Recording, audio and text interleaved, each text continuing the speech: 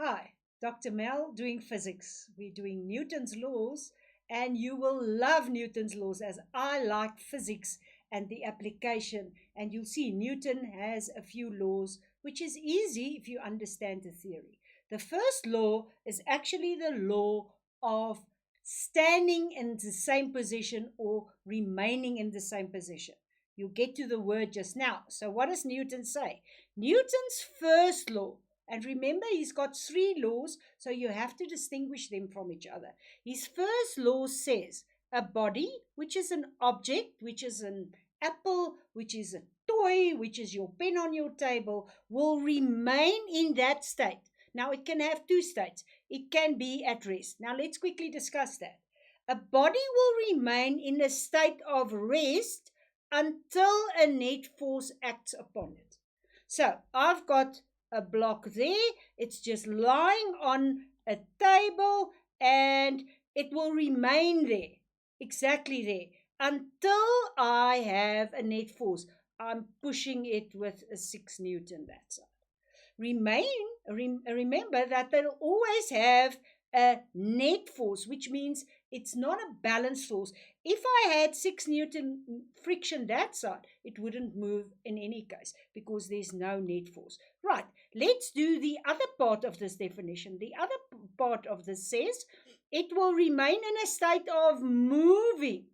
So it's already in a moving state. It's moving unless I have a net force, because if it moves in a constant velocity, it's not going faster or slower.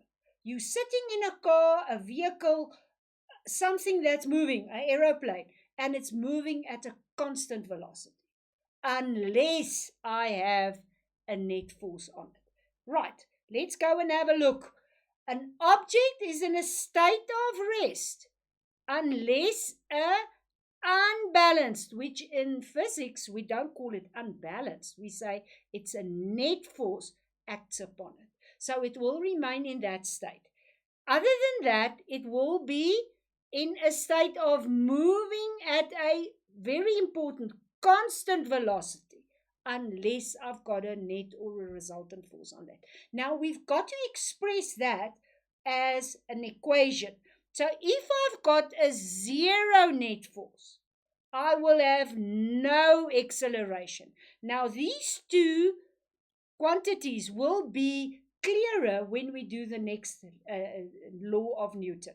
But for now, we say if I've got no net force, I will have no acceleration or no change in the movement.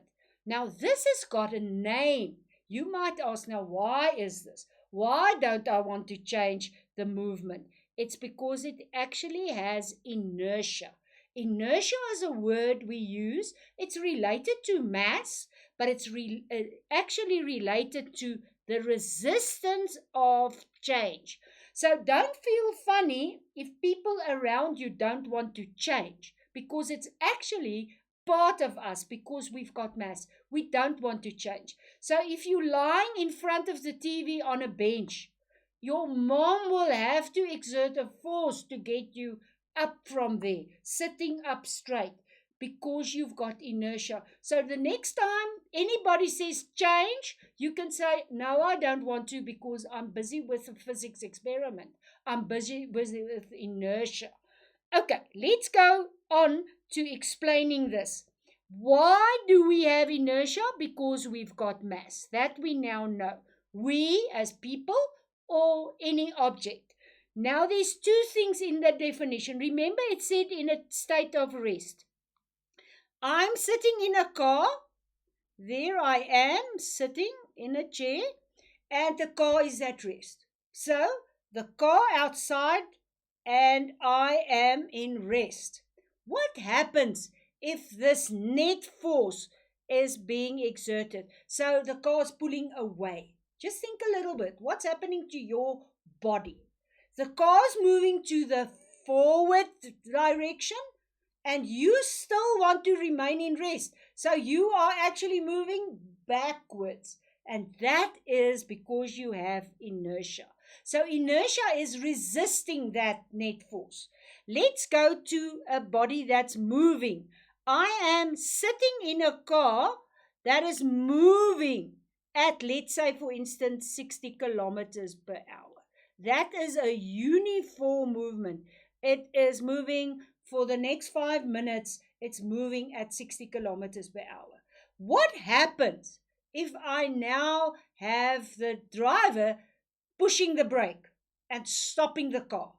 Well, your body is still moving forward. The car underneath you is actually stopping. So you are going forward because you're resisting the change. And be careful, your head will bump against the windscreen. That's why we wear seat belts. Let's have another direction. Let's say I am moving in the car at 60 kilometers and we are now accelerating. I'm actually going faster. Well, as soon as you're going faster, you are still driving in this car, you will be going backward because you are remaining where you were and the car is driving underneath you. So that's where the rest and the uniform movement comes in with Newton's first law. Newton actually did his first law based on the work that a guy with the name of Galileo did.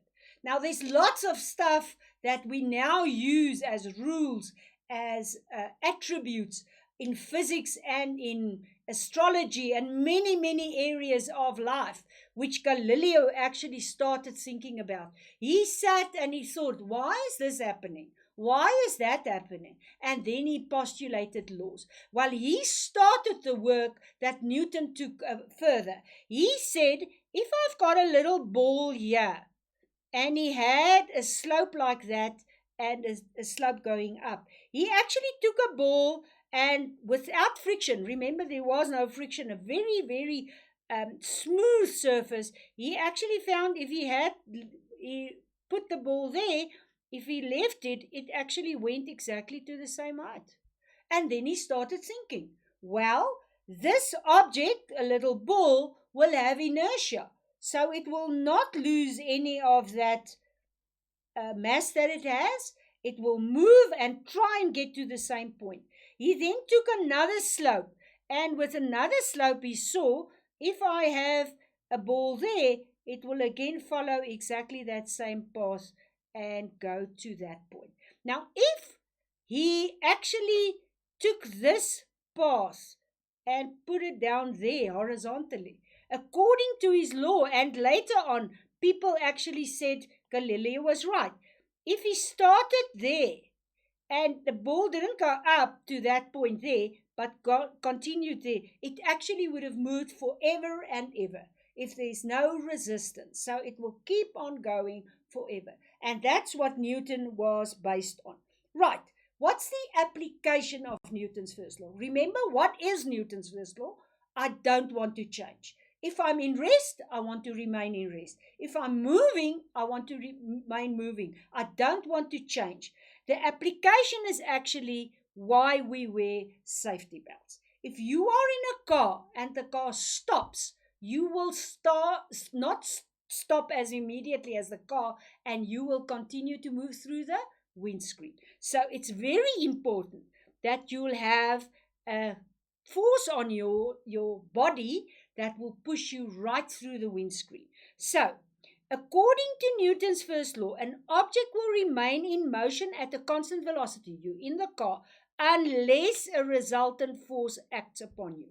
When a car is in an accident and comes to a sudden stop, the person inside the car will continue at that constant velocity. Now, because you were running forward, you were moving forward, your body will go forward and you will actually crash into the windscreen. And we know now that the accident will cause many, many injuries.